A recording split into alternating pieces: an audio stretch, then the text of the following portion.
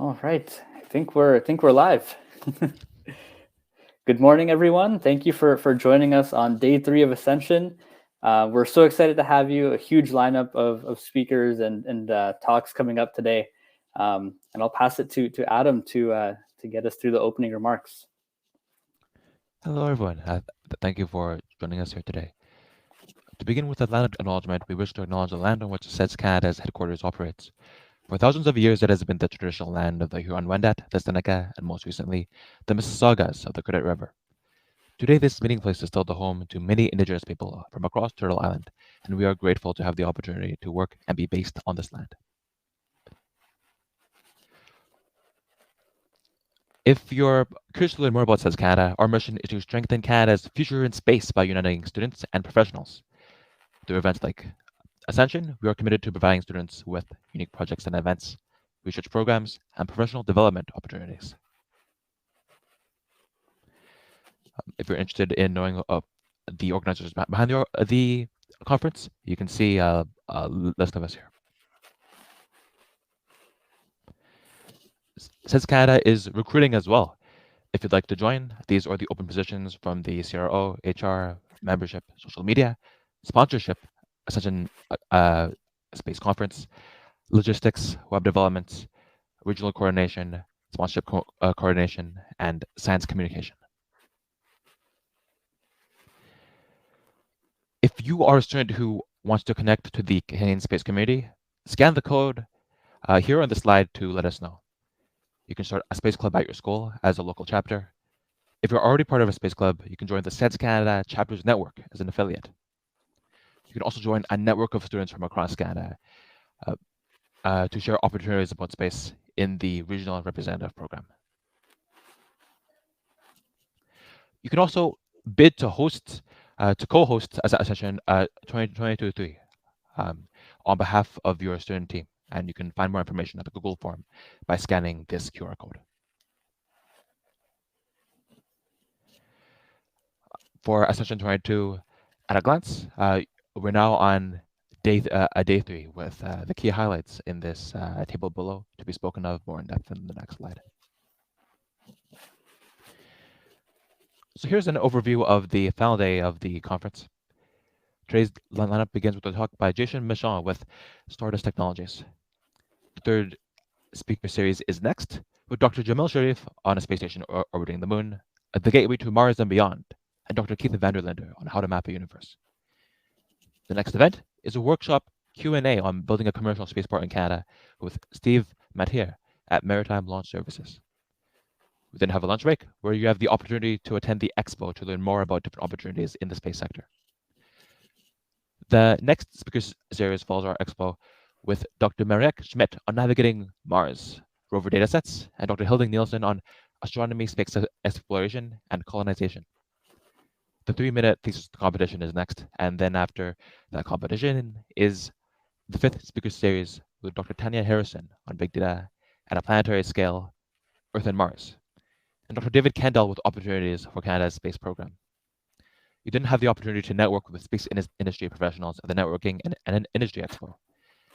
That is followed by a talk with Dr. Matt Rousseau on exploring the music of the cosmos. The conference is then capped off with a closing keynote by Eric Vachon, the Director General of Space Science and Technology for the Canadian Space Agency. And then we have our closing remarks. Thank you to our sponsors, Valid Stardust, Sinclair Interplanetary by Rocket Lab, and the Institute for Aerospace Studies at the University of Toronto. And we also have a microgravity flight with a Stardust Technologies contest, and you can purchase a ticket or get a SEDS-Canada membership to have a chance to win a spot on one of these flights. And you can find information in an email, and I'll also be posting this into the chat soon. And coming up to introduce Stardust Technologies and all the amazing work there, I'll be bringing up Simeon to introduce Jason Michaud to take the stage.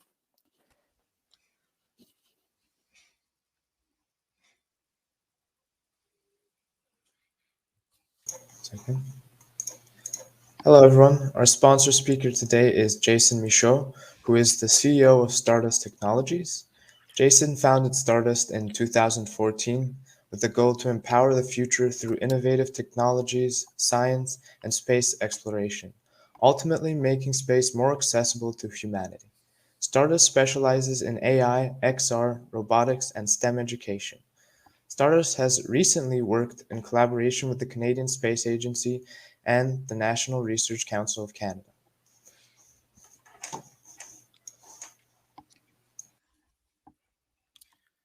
Oh, that you dropping me the mic? Yeah, go ahead. Okay. Hello, everyone. Bonjour. Pardon my bad English. I'm firstly French. Wache. I am talking to you today from the frigid north in Cochrane, Ontario. It is quite cold out here. Not gonna lie, but anyways, it is my pleasure and honor to. For those that don't know about Stardust, to talk a little bit about what we do and how we got here and what's next.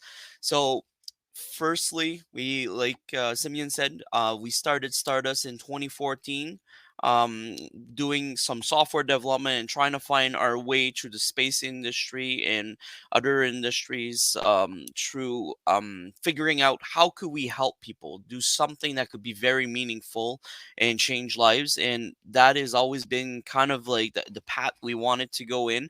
It is it's space is not was not necessarily an industry that we thought we could break in at the beginning. It was kind of how would I say, um, something that seemed far out for someone and some people like us. For an example, I'm from Dubreuilville in the middle of nowhere. With less than 900 people, and I've always been passionate with technology, and it was let's just say something you don't expect every day, but nevertheless, it happened. So we've been we've seen a lot of the work of Scott Kelly and the wonderful astronauts out there, and we always wanted to see how can we utilize technologies such as VR and augmented reality to benefit humanity instead of just making necessarily video games. So we decided when we saw the videos by Scott Kelly, my colleague Jawada Lucine, our CTO, came up with the great idea that hey, why don't we address this challenge? So at first it sounded a little crazy to me, but I mean there's nothing crazy anymore. So we wanted to address the challenge of mental health in space, because if we're going to be going to space for more than a year, one of the greatest challenge that humanity will face is their mental sanity, because you don't want to be sitting there and for 4 years without being able to necessarily go back home and not have the comforts of home, such as eating a pizza whenever you feel like it or go for a stroll outside. So at the end of the day, we wanted to see if we could meet that challenge through the use of virtual reality and haptics. And we've previously got the opportunity, after spending quite a bit of money, but we got the opportunity to do a flight at the in Nova Space for a research flight of 43 Parabola, where my CTO Jawad Lucine and our great colleague Rafik Lucine got to go in 40 tree parabolas to test out the technology. At the time, that was back in 2019. We weren't too sure what to expect with VR up there, so we tested wired and unwired well, tethered and untethered VR, especially with the tracking, and that was quite a challenge up there. In We've concluded that the technology had to improve a little bit to go to completely wireless, which caused its own problems as well. Because with wired, well, you don't want to be strangled with a wire in space. With unwired, well, you have the cameras that are tracking you, which makes it very difficult when you're like floating. So we've got the opportunity with the Canadian Space Agency and the National Research Council of Canada to further the Eden project by concluding microgravity flights with them back in March, to really test our new advances in virtual reality for it to work in zero G, which have been very successful and great. And unfortunately, due to COVID, we got set back a little bit in our plans to keep doing microgravity flights, which we're hoping to resume really soon once the Omicron phases a little.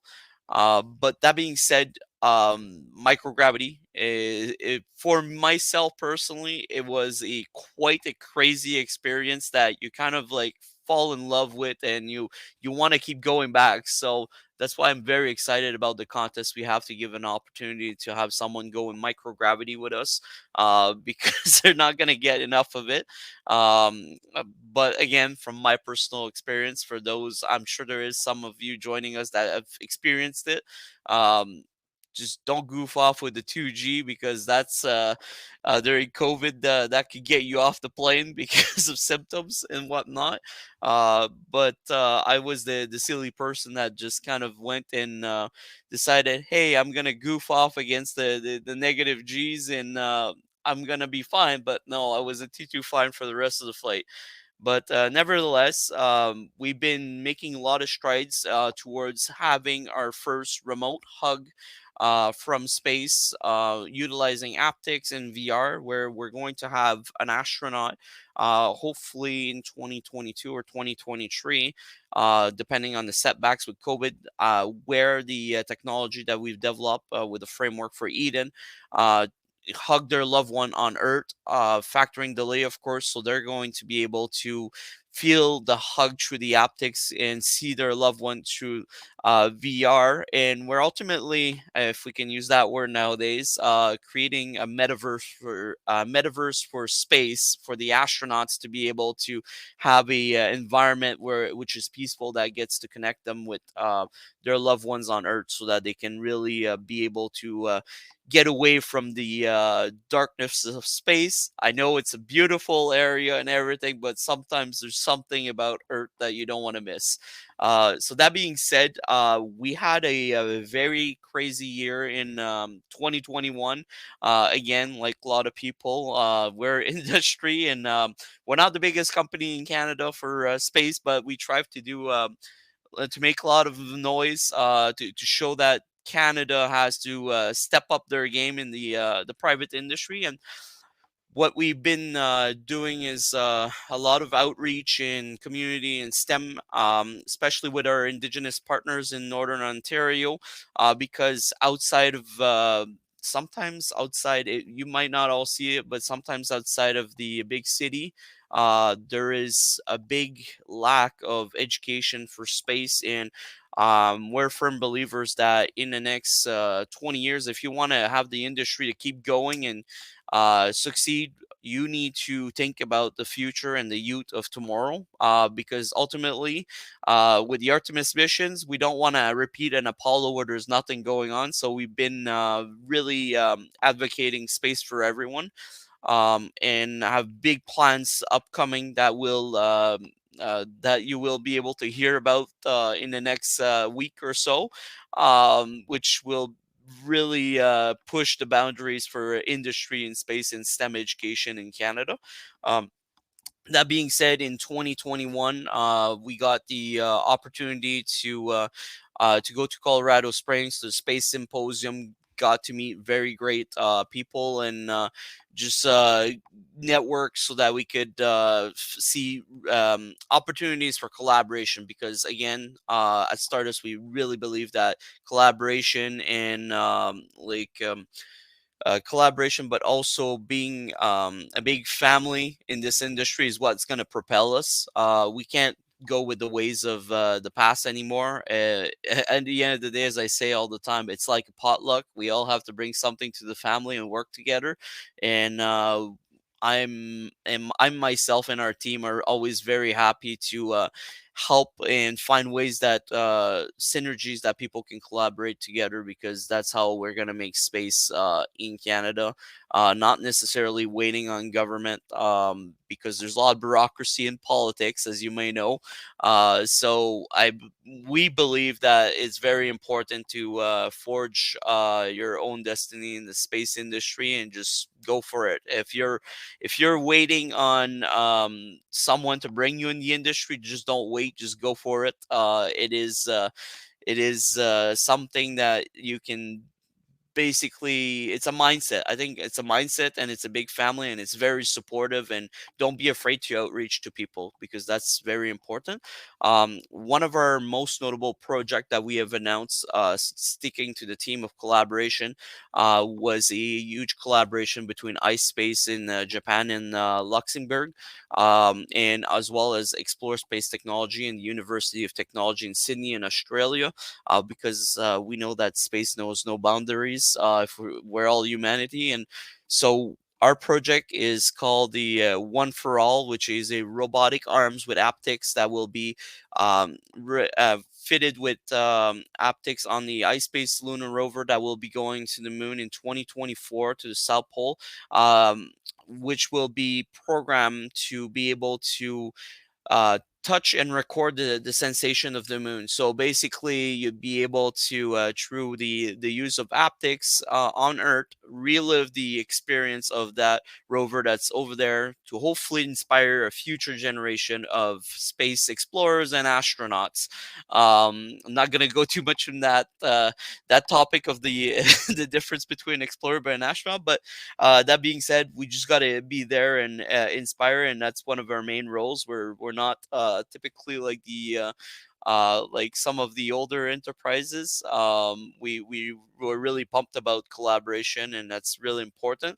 Ultimately, the One for All arm will also benefit potentially future medical science on Earth as well as in space, and also the exploration market and the repairs and construction in space.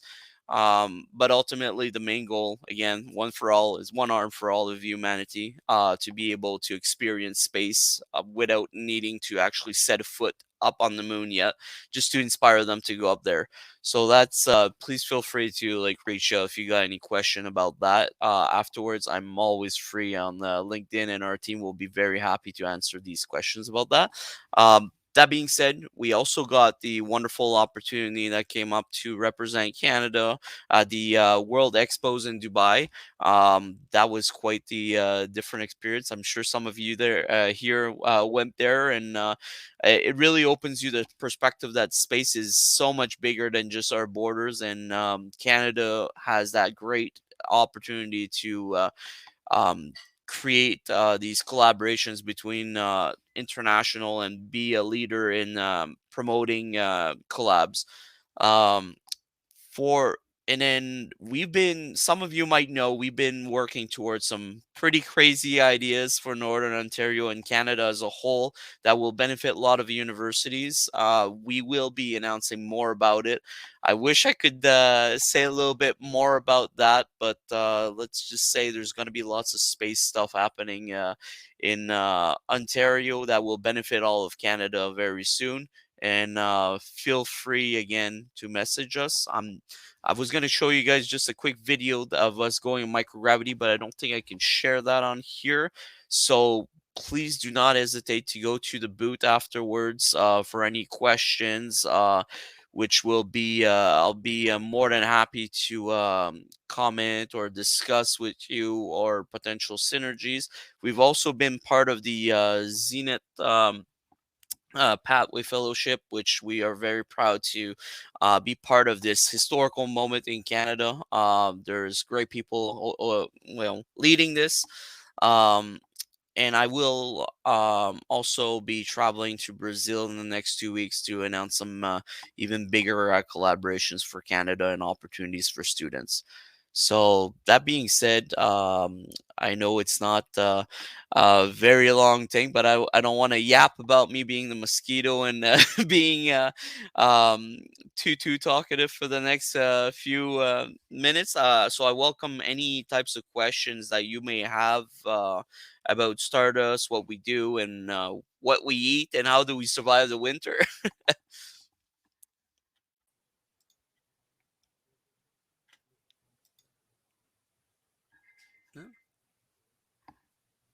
Oh, I can't hear you, Simo. Oh, whoops. My mic was muted.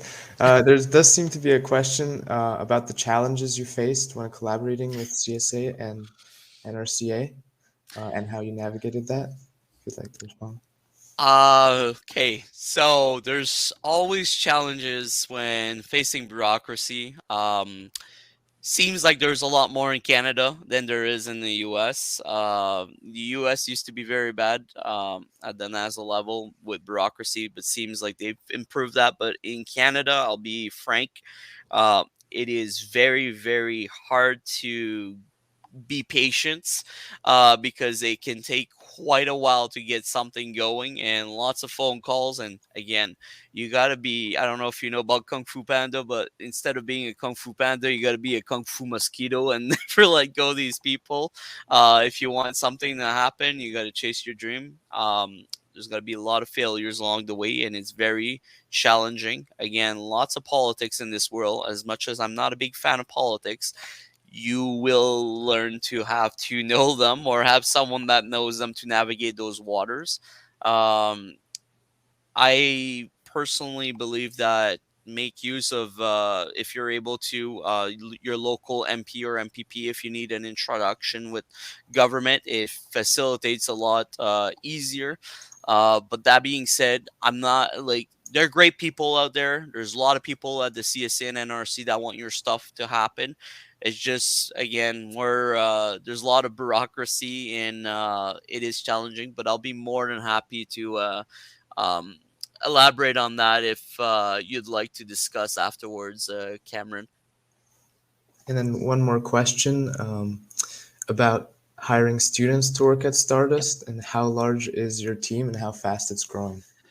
So we're less than 10. We're not a very big team compared to the likes of MDA at 2000 or Lockheed at hundreds of thousands. But we are planning to exponentially move our growth with the projects that are coming. Again, I'm very, very excited to share this project, but I can't just yet. I want to shake the industry, which will be during the family weekend in Ontario in February, which is around the 19th of February. But that being said, we are going through interviews at the moment with the Zenith Pathway, and we have had students from different universities join our team. We haven't been able to like take an influx of because I'll be frank, I get messaged by like tens of students per week, and I can't unfortunately take everyone. But if I could, I would. That being said, we are working on creating a pathway and an opportunity to take many students in the future, because at the end of the day, someone's going to give you your chance out there, and it's very hard in Canada to get that opportunity sometimes, especially in these sometimes can be considered niche industries, right? And at the same time, it doesn't matter where you live in Canada. We're in 2022. Some of our software engineers are in Ottawa, and I'm in the north. So a lot of people used to tell me, "Why are you in the north? Why aren't you somewhere else?" But I want to be somewhere where I can make an impact in Canada. And I believe you guys are, some of you that are in the bigger city already have it quite some extensive help. But I mean, at the end of the day, it doesn't mean we don't want to help out there as well. So we are looking at getting, like I said, more students in the upcoming quarters. It's just a matter of getting the process all set up and all that. You probably wouldn't believe how many people message me on LinkedIn. That's the joys of having 6,000 followers on there. And like I'll try to get my best to go through a lot of them. And by the time I do 1,000, it takes me 2 hours to go to 1,000 messages. And then next thing you know what happens the next morning? You have another 1,000 replies. But yeah, feel free to message me. I'm always open to discussing. Sometimes it's a lot easier to go by email than social media, but nevertheless, we want to try to create opportunities. So if you have any ideas, please let me know. Thank you so much. So we're running out of time, so I'm going to have to transition everyone to the speaker series that's coming up next. So there's two the options that you can choose. One is How to Map a Universe by Dr. Keith van der Laan, and the other is A Space Station Orbiting the Moon, The Gateway to Mars and Beyond by Dr. Jamil Sharif. So just hop onto the sessions and you can choose there. And reminder that it's recorded, so you will be able to see both of them later. Thank you very much again, Jason. It was a pleasure hearing you speak. It is my pleasure. Merci beaucoup. And Miigwech, if anyone has any questions, feel free to reach out on social, and I'll drop my email as well in the chat. I'm more than happy to discuss. Again, have a wonderful SEDS, and thank you so much for all the wonderful people attending and those who make this possible. Merci beaucoup.